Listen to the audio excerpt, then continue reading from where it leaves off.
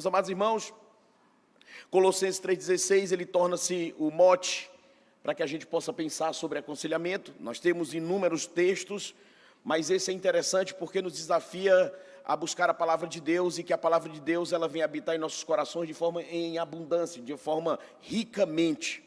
E para isso é necessário que eu e vocês tenhamos um relacionamento com a palavra de Deus. Possamos buscar a palavra de Deus, estudar a palavra de Deus, compartilhar a palavra de Deus. Depois ele diz que depois que essa palavra habitar ricamente em nós, nós estamos aptos a instruir, não é, uns aos outros, ou seja, em admoestar, aconselhar, e ele fala que isso é mutuamente, ou seja, isso é mutualidade, cada um de nós aconselhando e instruindo uns aos outros.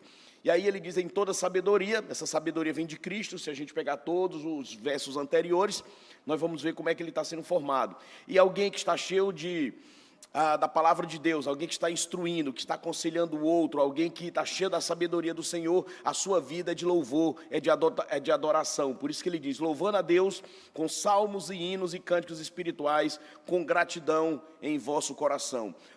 Notem que o texto, nesse verso, ele termina com um aspecto de gratidão, com um aspecto de agradecimento, de graça, não é? Recebemos tantas coisas do Senhor e no final das contas o nosso coração transborda de gratidão quando a gente reconhece que essa igreja, ela é rica na palavra de Deus, é uma igreja que se preocupa para instruir cada um, aconselhar cada um, é uma igreja que está cheia de louvor, cheia de adoração, e o final não poderia ser diferente, uma igreja que tem um coração grato ao nosso Deus. Olha que versículo interessante para nós pensarmos sobre aconselhamento bíblico. Mutualidade cristã. O que é mutualidade cristã? Olha só, queridos, a definição para que a gente possa compreender. A mutualidade cristã pode ser compreendida como a disposição ativa dos membros do corpo de Cristo, de cuidarem uns dos outros de forma recíproca, intencional e contínua.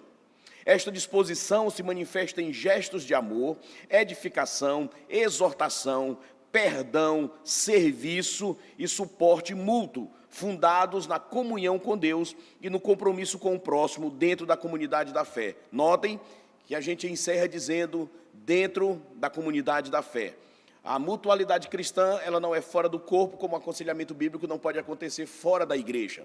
Nenhum conselheiro bíblico, ele está apto a aconselhar se ele está fora do corpo, se ele não pertence ao corpo. Aqui, queridos, mostra uma coisa que me chama muita atenção, que é a suficiência das Escrituras. O que ela significa dentro de uma mutualidade cristã? Quando a gente olha essa imagem, irmãos, irmãs, crianças aqui de frente à igreja, mostra dentro do verso que nós acabamos de ler, de Colossenses 3,16, como que essa mutualidade ela se manifesta aqui. Mostra que plenamente cada um de vocês estão aptos, né, para aconselhar biblicamente, e mostra também que o discipulado dentro da mutualidade cristã é o cuidado mútuo na igreja.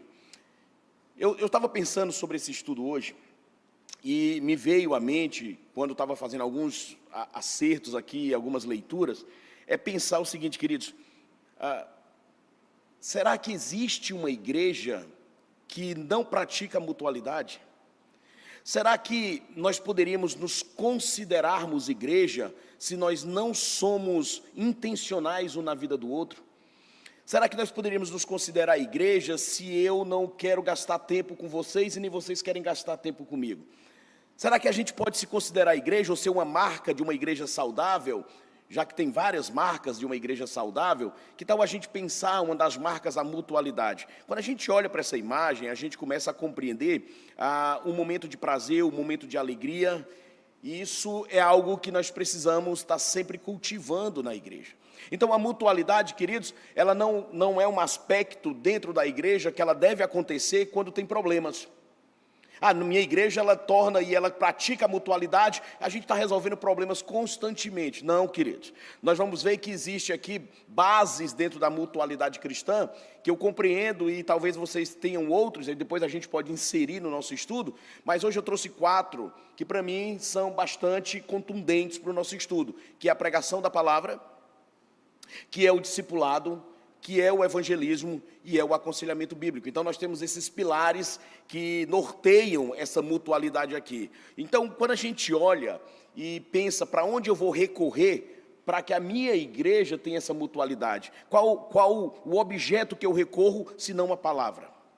Eu preciso recorrer à palavra. Por que eu tenho que recorrer à palavra, queridos, e não a questões terceiras dentro da igreja? Porque eu preciso olhar para a palavra, porque lá nós vamos encontrar o que nós chamamos de orientações claras sobre como devemos tratar uns aos outros. É aqui que a gente começa a ver aonde podemos trabalhar na vida, restaurando relacionamentos. A Bíblia tem, sim, respostas como se restaura relacionamentos. A Bíblia me mostra como exercer o perdão sobre a vida de alguém. A Bíblia também me mostra aqui como que eu posso praticar a hospitalidade, como que eu posso fazer de tal forma para edificar esse corpo de Cristo. Aonde, meus amados irmãos, nós encontramos recursos para essa mutualidade, se não na palavra de Deus. Então a palavra de Deus ela é muito rica para nos mostrar como vamos fazer isso, como vamos caminhar. Eu gosto muito de olhar para essa imagem e pensar não só no culto, mas ele também fora do culto.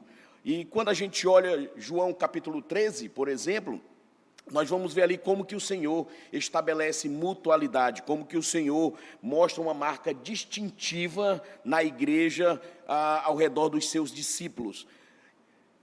Pensando sobre isso, se os irmãos tiverem alguma pergunta, podem fazer. Vamos definir de uma forma mais objetiva a mutualidade cristã. O que é mutualidade cristã? Ministério interpessoal e ao cuidado mútuo que ocorre dentro da dinâmica da igreja local. Então eu preciso pensar que no contexto do aconselhamento bíblico que nós estamos estudando aqui, a mutualidade cristã refere-se ao ministério, que é isso que nós estamos montando, interpessoal, e ao cuidado mútuo que ocorre dentro da dinâmica da igreja. É muito bom pensarmos na mutualidade e a gente aqui começa a quebrar e remontar uma cosmovisão. A gente quebra uma visão que a gente vinha construindo há muito tempo e a gente passa a montar outra visão, porque eu pensava que aconselhamento, discipulado, ela era uma tarefa dos líderes da igreja. Não que não seja. Nós líderes somos responsáveis diretamente por esses ministérios, mas ele não é um atributo único e exclusivo da liderança. Olha que coisa, eu preciso pensar sobre isso. Se essa mutualidade, esse aconselhamento, esse discipulado, ele não é uma tarefa exclusiva da liderança, então de quem é essa tarefa? Os irmãos têm alguma ideia? De quem é essa tarefa aqui, queridos?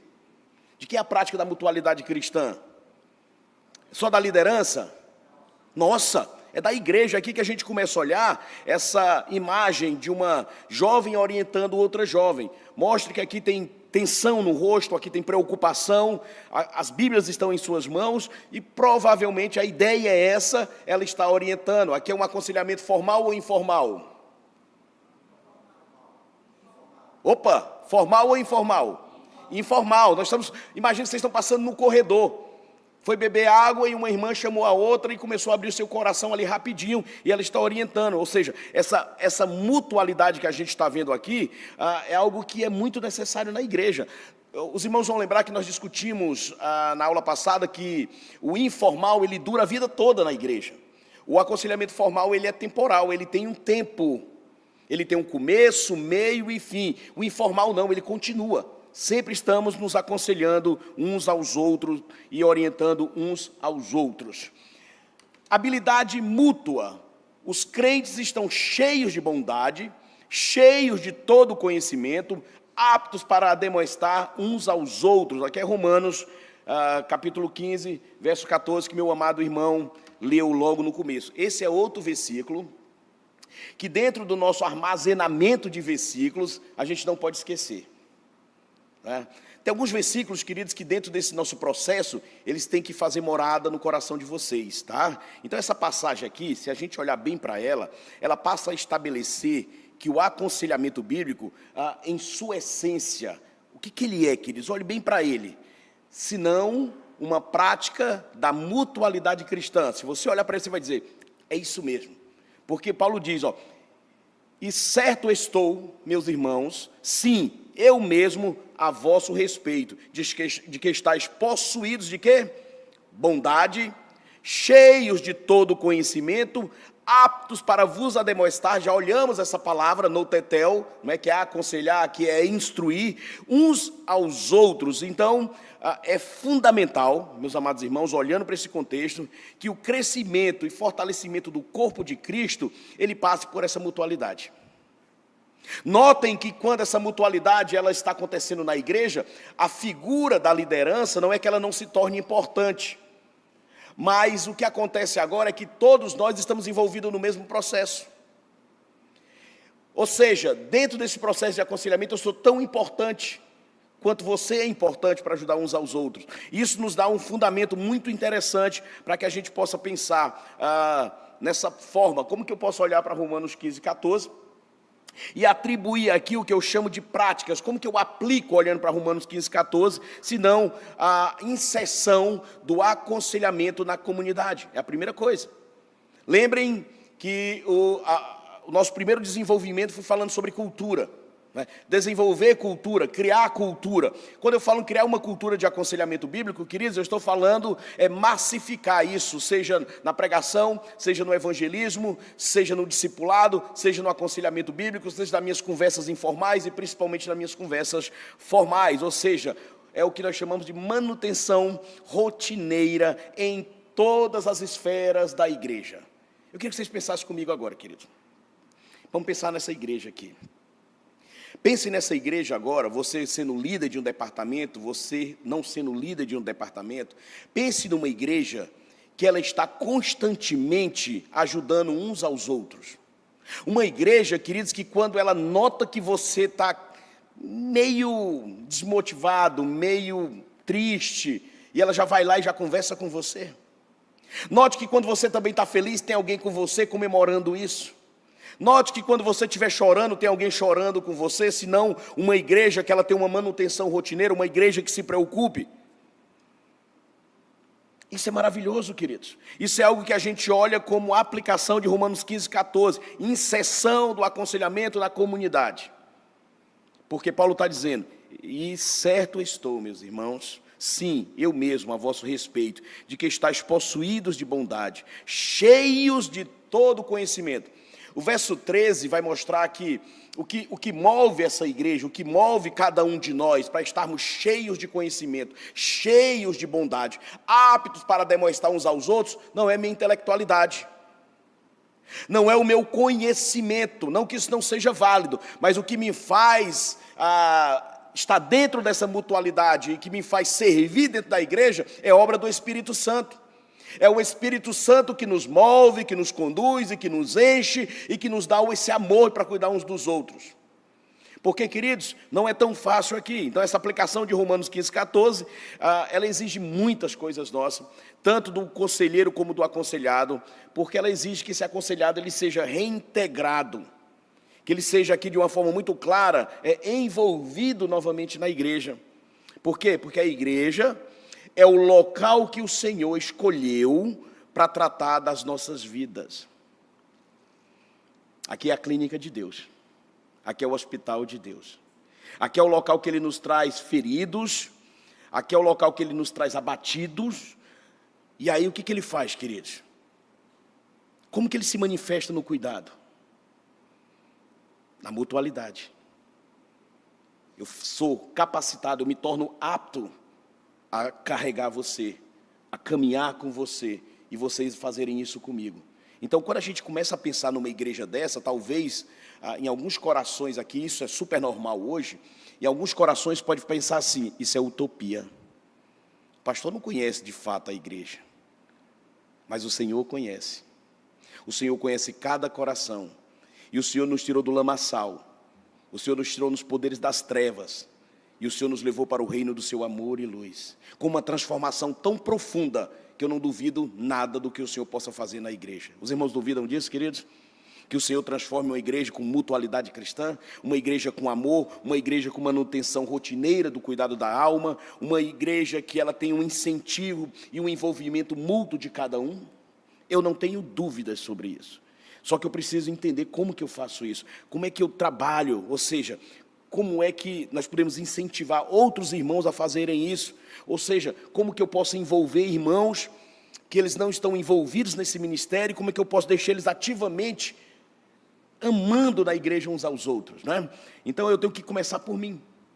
Eu tenho que começar. Porque se eu for esperar que todos comecem a aconselhar e que todos se envolvam, queridos, eu vou ficar de braços cruzados. Eu tenho que começar a fazer isso. Eu tenho que usar dessa mutualidade para começar a mostrar que isso funciona. E que há uma disposição de mente e coração para servir. É diferente. A humildade e o orgulho não cabe no corpo cristão. O orgulho, meus amados irmãos, é uma disposição de mente e coração centrada em si mesmo. É alguém que só pensa em si. É alguém que não se importa com o outro. O que é humildade? Já muda, é uma disposição de mente e coração no outro, derramado no outro, centrado no outro. Ou seja, é tão incrível quando você encontra alguém que se preocupa com o outro. Tem pessoas na igreja, queridos, que a vida dele é servir na igreja, servir os irmãos. Então aqui, quando a gente olha como envolver esses irmãos, a gente tem várias formas, como nós estamos fazendo aqui todas as quartas-feiras. Nós temos pequenos grupos, nós temos grupos de estudos bíblicos, nós temos reuniões que podemos realizar para que a gente possa cada vez mais trabalhar essa mutualidade, ou seja, a mutualidade, de uma forma muito clara, a gente pode traduzir como criação de relacionamentos. Tão simples aqui. E aí envolve responsabilidade espiritual, quando eu olho para esse texto, não é? Então isso para os irmãos tem sentido, queridos? O que os irmãos acham? Tem sentido tudo isso? Segundo ponto ainda, na nossa definição, exortação ativa, a mutualidade implica em ensinar e aconselhar uns aos outros com toda a sabedoria, Colossenses 3,16, e encorajem-se uns aos outros todos os dias, Hebreus 3,13. Olha como é interessante que a gente tem vários versículos que nos ajudam a pensar sobre o aconselhamento bíblico e sobre a mutualidade cristã. Natureza desse conselho. Esta prática de cuidado mútuo pode ser exercida formal ou informalmente, como nós já falamos, sendo um esforço da comunidade. O aconselhamento bíblico em seu coração é esse aconselhamento de pares que desprofissionaliza a tarefa de cuidado, afirmando que todos os cristãos sábios são competentes para aconselhar uns aos outros. Tem um textinho pequeno que eu quero ler para vocês, de Jeremy Lelec, um conselheiro bíblico, um pastor, que ele diz assim: concorda que a igreja seja responsável pelo aconselhamento mútuo, dizendo: a Bíblia não separa o aconselhamento, o cuidado da alma ou o discipulado como uma disciplina especial, exclusiva para aqueles que são licenciados. O aconselhamento bíblico, o ministério íntimo das Escrituras Sagradas, é um esforço da comunidade. Jeremy Lelec tem livros incríveis sobre aconselhamento bíblico, é um pastor, e ele começa a trazer algo que me chama muito a atenção, aonde nós já estamos discutindo sobre isso, que o aconselhamento, que o discipulado, eles não são ministérios à parte, eles são ministérios na igreja, da igreja.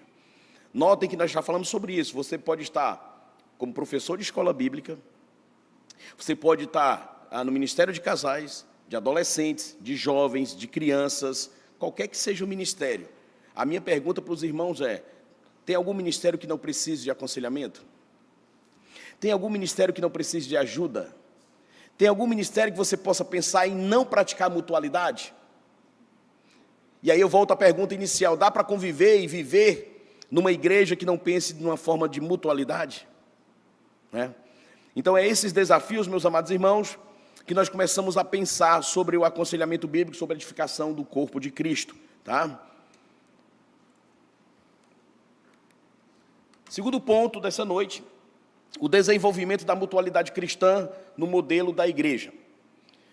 O movimento de aconselhamento bíblico enfatiza que a igreja local é a instituição ideal e desejável para a cura das almas. É aqui, queridos, que o Senhor aprove nos reunir, tratar dos nossos corações, para que cada um de nós venhamos nos conformar à sua imagem e semelhança. O propósito da vida cristã, nessa santificação progressiva, é que a gente se conforme à imagem de Cristo. E aí a gente vai ver um pouquinho disso também. A mutualidade, ao ser integrada nas funções essenciais da igreja, discipulado, evangelismo, pregação e aconselhamento, torna-se a prática natural do cuidado mútuo, combatendo a tendência de terceirizar o cuidado da alma para fontes externas e seculares. Aqui tem mais ou menos uma... Acho que travou aí, foi, pastor? Pronto, deu certo, deu certo. Pastor sempre gosta de aplicar, né? Se vocês começarem a olhar aí, tem a cruz no meio, a ordem das palavras não está dando número ou prioridade de ordem, tá? Discipulado, pregação, aconselhamento e evangelismo. Nessa logo que nós temos aqui, a gente tem grupo de irmãos, não é? Que aí a gente pode tratar como evangelismo, como aconselhamento informal. Do outro lado, eu tenho o aconselhamento formal, 2 pessoas sentadas, e o outro eu tenho uma pregação da palavra de Deus. Então, aqui nós temos, de forma muito clara, o ministério público da palavra, que é aquele que acontece aos domingos aqui na igreja, aonde é a exposição de um texto bíblico, e ali nós vamos discorrer sobre aquele texto, nós vamos aplicar aquele texto à igreja. Aqui é o ministério público da palavra de Deus.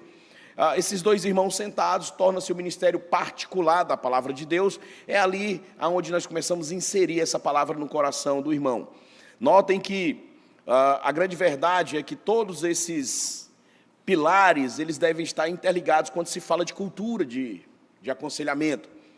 Ou seja, ao mesmo tempo que eu estou pregando, eu não estou somente lendo um texto, eu estou trazendo esse texto, eu estou explicando esse texto, eu estou aplicando esse texto. É o que a gente faz quando a gente está aconselhando. A gente lê o texto, a gente explica o texto e a gente aplica o texto. Essa é uma exposição natural da palavra. É aqui que a gente começa a ver que esse ministério ele está ligado. Não podemos separar, queridos. Não podemos separar. Muitas vezes, quando nós estamos aqui pregando, o Senhor fala ao seu coração de uma forma tão profunda, de uma forma tão direta, que muitas vezes, com esse púlpito saudável, eu diminuo a fila do aconselhamento. Não é? Os irmãos compreendem isso? Quando eu tenho um púlpito saudável, um púlpito de exortação, de orientação, um púlpito que eu passo a pregar a palavra de Deus, que eu passo a aplicar a palavra de Deus, muitas coisas se resolvem no sermão. Muitas coisas se resolvem ali, porém, tem coisas que não se resolvem ali ainda. É porque o sermão é insuficiente? Não. É porque nesse momento ele não está tratando de uma dor individual que você está passando. Então, não é que o sermão seja insuficiente. A palavra de Deus, ela é suficiente. A palavra de Deus, ela é viva e eficaz. O Senhor conhece os nossos dilemas de vida, o Senhor conhece nossos corações. Mas imagine que eu não estou lendo um texto que ele venha corroborar com o problema que você está vivendo, não é? Pode ser que aconteça, e aí eu preciso, ao lado, ser colocado e ser orientado para que eu possa tratar desse meu problema de uma forma mais direta, não é? Próximo slide, mutualidade e aconselhamento. Discipulado na prática. Aconselhamento como discipulado. O aconselhamento bíblico é, em grande parte, discipulado. É o ministério íntimo das Escrituras Sagradas. Enquanto o discipulado é o processo de levar uma pessoa do ponto A ao ponto B em sua vida, o aconselhamento formal é uma exploração mais intensiva e estruturada de um problema específico. Os irmãos vão lembrar que logo no começo nós falamos um pouco sobre essa diferença aqui, tá? E nós começamos a descrever o discipulado e o aconselhamento de uma forma mais clara. Então, o que seria um discipulado, se não, olhando para cá, ensino dos princípios cristãos bíblicos a um crente. Quando eu estou sentado com um irmão, seja falando sobre soteriologia, seja falando sobre o pecado, seja falando sobre Cristo, sobre a revelação das Escrituras, eu estou fazendo um discipulado aqui. Muitas vezes, nós vamos começar um aconselhamento bíblico, e quando a gente nota, há uma deficiência doutrinária em alguns irmãos. E quando a gente encontra uma deficiência doutrinária, não é que a gente pare o aconselhamento, mas a gente entra com o discipulado para uma reorientação bíblica daquele tema que está com dúvida no coração do irmão. Então é aqui que entra o discipulado, que é o ensino dos princípios cristãos, e eu chamo de básicos a um crente. E o que é o aconselhamento quando a gente separa aqui para a gente ter uma ideia? É a utilização desses princípios a lidar com situações específicas da vida. Eu estou trabalhando doutrina, ensinando esses princípios básicos para que ele possa compreender. Quando eu chego no aconselhamento bíblico, o que eu tenho que fazer? Eu tenho que pegar esse irmão e ensinar agora ele lidar com os desafios da vida, com todo o princípio bíblico doutrinário que ele aprendeu. Por isso, meus amados irmãos, não desprezem a doutrina, não desprezem a teologia. Inclusive, há um seminário na igreja. E eu sou a favor ao máximo que toda liderança esteja no curso. No mínimo, a liderança toda da igreja, toda. No mínimo. Se você é líder e você não tem o domínio da doutrina, da teologia, você vai ter dificuldade para aconselhar. Então, a teologia, ela não ficou para os mestres, inclusive. Eu não sou mestre, eu não sou pastor. Há uma tendência, um pensamento, querido, difícil de se compreender, como que eu uso a Bíblia para ajudar outras pessoas, quando eu estou com um instrumento nas minhas mãos, que parece não falar nada, porque eu não a conheço. Eu não tenho uma boa hermenêutica. Você não precisa ser expert no hebraico, no grego, não se preocupe com isso. Não se preocupe com isso. Mas você precisa fazer uma boa hermenêutica do texto. Você precisa aprender a aplicar um texto correto àquele coração. Não é uma enxurrada de versículos. Isso não é aconselhamento. Então, eu faço um apelo gigantesco, querido, aos irmãos que estão presentes aqui, que também vão assistir depois essa nossa aula. Estudem teologia. Um conselheiro sem teologia, talvez eu não possa nem chamar de meio conselheiro, porque não existe meio conselheiro, não existe meio médico. Você não vai a um médico e você tem uma deficiência muito séria para ser tratada, e você procura um caso ou um especialista para resolver o seu caso, aí você está de frente a esse médico, você fala para ele do que está acontecendo, ele vai lá, relata tudo, e ele marca com você a cirurgia.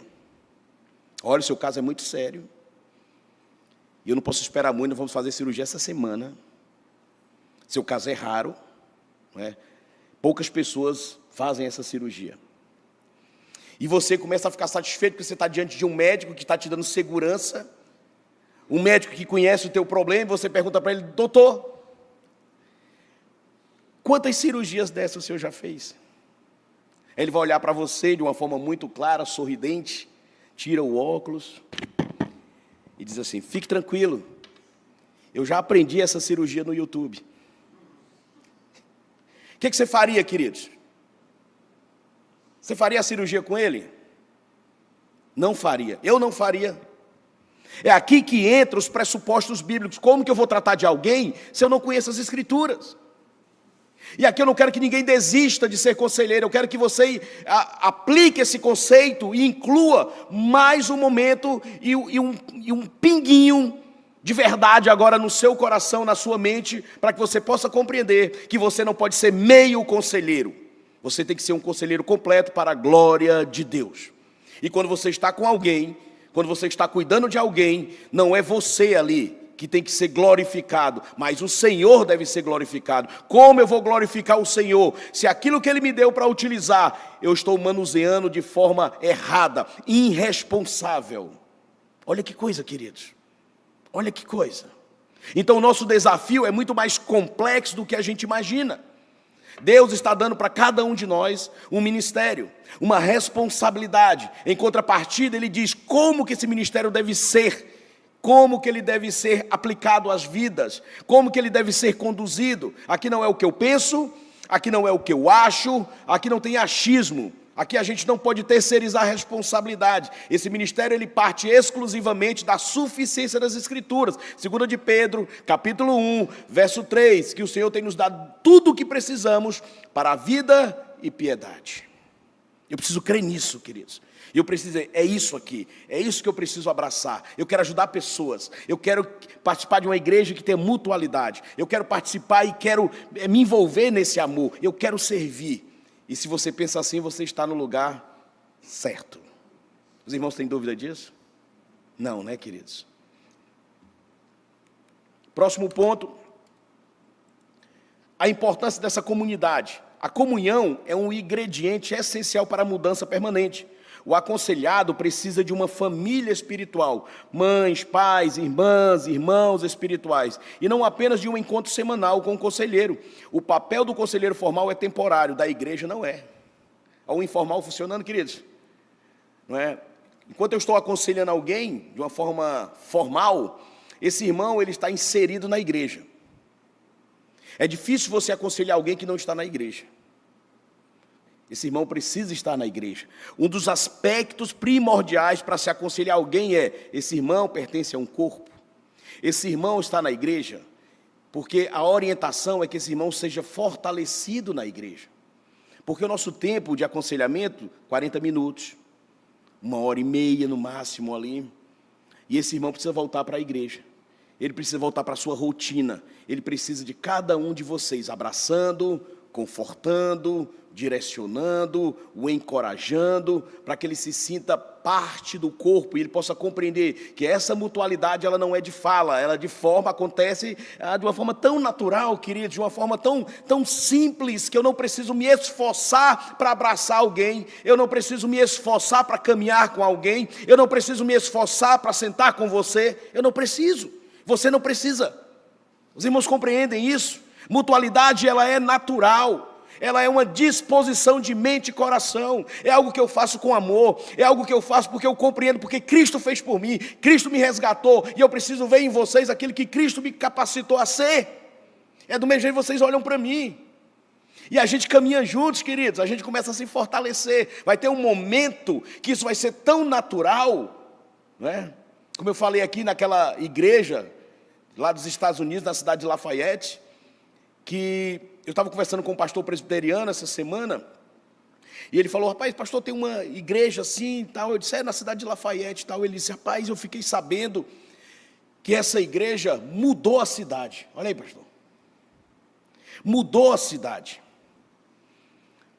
Por que ela mudou a cidade? Que não mudou o bairro, mudou a cidade. Porque eles não só ajudam na igreja, como eles têm plantões diários na igreja, ajudando a comunidade com seus problemas da alma. Olha que coisa maravilhosa. As pessoas poderem olhar para uma igreja e saber que naquela igreja existe um espaço para que ela seja ouvida, compreendida.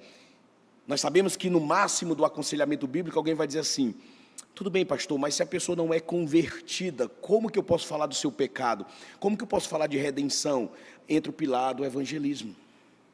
Entre o pilar onde a gente mostra a soberania de Cristo, aí onde a gente mostra o amor de Cristo, onde a gente mostra a obra do Espírito Santo, onde a gente começa a desvendar os seus olhos, tirando as escamas. Isso é obra do Espírito Santo, claro.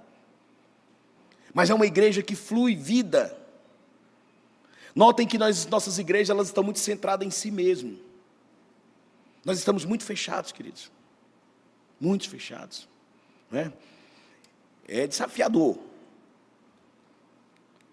Conexão prática. Os conselheiros devem trabalhar para que os aconselhados se insiram na igreja local e se envolvam em relacionamentos de prestação de contas. Uma das coisas bem interessantes do aconselhamento bíblico formal é que todo encontro você vai receber uma lista de tarefas. Uma lista de tarefas. É leitura, é memorização, é escrever um diário, é prática de perdão. Ou seja, queridos, é uma lista que eu preciso dizer assim: para que tudo isso? Porque muitas vezes você olha e fala: eu não preciso disso. Mas quando a gente olha para essa prestação de contas, a gente está, de alguma forma, trazendo responsabilidade a esse irmão. Não é? E responsabilidade é muito sério dentro do aconselhamento. É muito sério, queridos.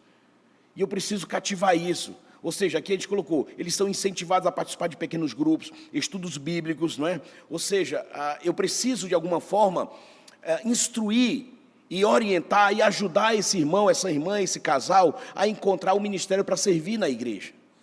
Eu não posso só ter o espectro do aconselhamento numa sala, na igreja, em qualquer que seja o canto, e ali eu achar que está resolvendo tudo. Eu preciso inserir esse casal que vem machucado, esse jovem que está machucado, essa pessoa que está sem esperança. Eu preciso colocá-la dentro da igreja, e quando ela é colocada dentro da igreja, todos nós somos responsáveis, todos nós caminhamos com ela, todos nós a carregamos. Olha que mutualidade, queridos. Se a gente ficar só esperando pelo pastor, ou só por um presbítero, ou só por aquele líder daquele departamento, vai andar devagar, muito devagar, e eu preciso compreender que eu preciso de celeridade nessa vida.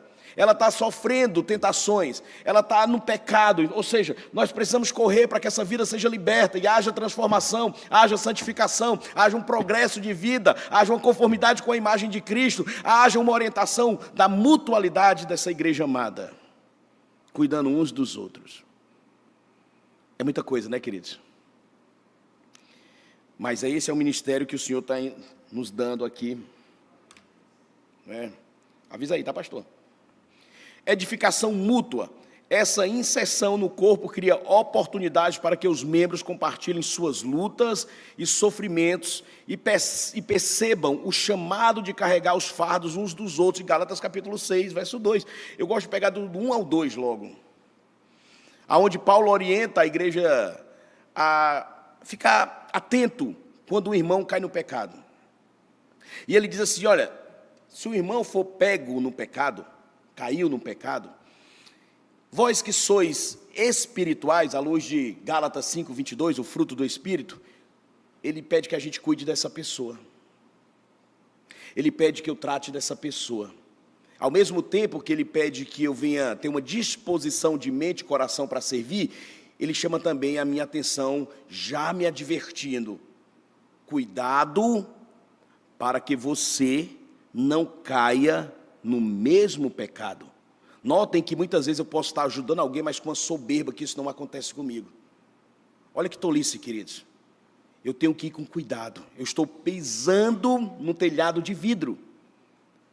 O inimigo vai colocar no seu coração que você é muito bom, que você não vai ter problema com esse pecado, com essa tentação. Você se acha tão forte que você se acha apto a desafiar essa tentação.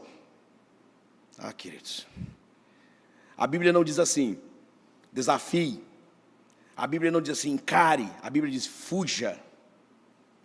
É fugir, queridos. Você não foi treinado para desafiar, você foi treinado para fugir. Ah, é covardia, pastor? Não, isso é sabedoria do alto. Aí ele diz aqui, queridos, que depois que eu ajudo esse irmão, que eu compreendo esse irmão, que eu entendi o meu papel, ele diz que nós devemos levar os fardos uns dos outros. Não criticar. A crítica é a coisa mais fácil que eu e vocês possamos aqui, nesse momento, imaginar como é fácil criticar alguém. O meu pecado avança na crítica. A minha natureza pecaminosa, minha depravação, queridos, ela é muito boa em criticar. Agora, carregar o fardo do outro, não é. Eu tenho que fazer esse exercício. Eu tenho que olhar para Efésios capítulo 4, a partir do verso 22, que é o se despir do velho homem, se revestir do novo homem, que se faz de justiça e santidade. Constantemente eu estou lutando contra esse meu homem pecador. Constantemente eu estou lutando contra tudo aquilo que me quer colocar numa zona de conforto. E a mutualidade, e eu encerro aqui, a mutualidade, ela me transporta da minha zona de conforto. Queridos, a zona de conforto ninguém vai progredir. Na zona de conforto ninguém cresce. Na zona de conforto, queridos, a gente está em berços esplêndidos, a gente descansa. E a gente precisa que alguém nos tire dessa zona de conforto e nos coloque na trincheira, na guerra, para que a gente possa estar atento, para que a gente possa estar esperto, para que a gente possa entender que o Senhor nos chamou, não foi para um parque de diversão. O Senhor não nos chamou para ficar passeando na pracinha, o Senhor nos chamou para a guerra. E essa guerra, Paulo vai estendê-la, não é contra carne, contra sangue, contra principados e potestades. Então, como que a igreja vai vencer, queridos, se nós não conseguimos perceber a nossa dependência no Espírito Santo? Se a gente não consegue depender da palavra de Deus, se eu acho que sei tudo, se eu acho que eu tenho respostas para tudo, aí eu falho. quando eu acho que eu tenho respostas, quando eu acho que a minha inteligência, a minha intelectualidade, a minha experiência, essas coisas são na periferia. A centralidade às Escrituras. Por isso, que a dinâmica de ter uma boa memória do que é o aconselhamento bíblico, de como que a gente pode resumir o aconselhamento bíblico, né? É uma dependência 100% na suficiência da palavra de Deus. Todo aspecto do aconselhamento bíblico, todo o espectro desse aconselhamento bíblico é para a glória de Deus. Não há descanso em mim mesmo de compreensão que eu sou bom, mas há uma dependência 100% na obra do Espírito Santo para convencer, para mudar, para transformar o coração, com o único objetivo de conformar esse irmão à imagem de Cristo. Se a gente abre esse tema que eu acabei de dar aqui para vocês, do aconselhamento, a gente tem um histórico teológico tão profundo, queridos, e aí é onde eu digo que entra a teologia, tão profundo, para que eu possa compreender cada passo.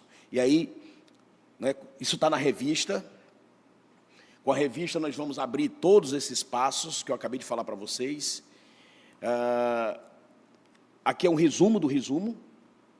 Nós vamos ter outras aulas específicas para tratar, para abrir, a gente ainda vai marcar os dias, né, meu pastor? Onde nós vamos pegar esse mote do que é o aconselhamento bíblico e vamos abri-lo teologicamente. Nós vamos falar da revelação das Escrituras, nós vamos falar de Deus, nós vamos falar de Cristo, nós vamos falar do Espírito Santo, nós vamos falar dessa comunidade da fé. Ou seja, e aí nós vamos entender de uma forma muito mais clara o que Deus tem preparado para cada um de nós. Eu estou muito feliz, queridos, e mais uma vez, parabéns, pastor Cristiano, porque quando eu olho um material desse, eu fico muito feliz. Isso é zelo, né? Adquiram, queridos, porque isso aqui é zelo, né? É zelo, ter um material desse. Podia dar aqui para vocês um bloco de xerox grampeado. Você jogaria fora daqui uns dias perdido, sabe nem onde estava. Uma dessas você guarda, você traz, né? Você passa a escrever. Então, que Deus continue nos guiando, nos abençoando nessa jornada, que é uma jornada longa, que ela só começou. Amém, queridos?